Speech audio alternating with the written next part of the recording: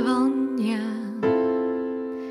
Ja vidím len sťažeň, zapálim si sviečku. Ja vyťahnem ražeň, upečiem si kuriatko. Iste bude zakrátko. Veď fyzikálne zákony nie sú sveté. Čo to tu s nimi v kuse chcete? Keď sa čerti ženia a nevidím loďku, zapnem si počítač a vyťahnem vodku. Teraz je mi všetko jasné. Klamali nám dlho a hlasne. Pýtaš sa kto? No predsa tí druhí, čo ťahajú za nitky a nechávajú čmuhy.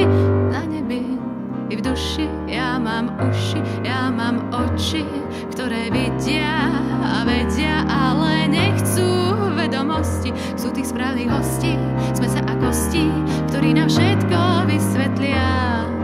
Tak počúvajte, nebuďte ovce. Panika!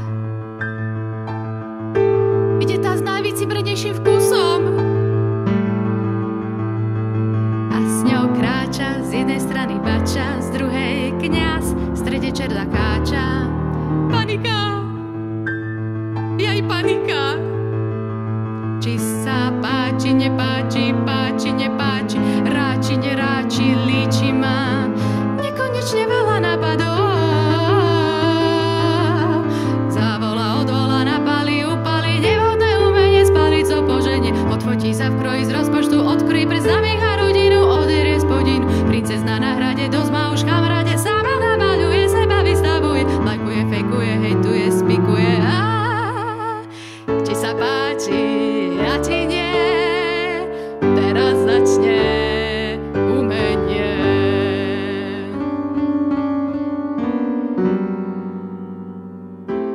Keď sa vlny zvlnia, ja nevidím sťažeň, zapálim si sviečku a vyťahnem ražeň, upečiem si veľrybu. Lebo môj úsudok nikdy nemá chybu.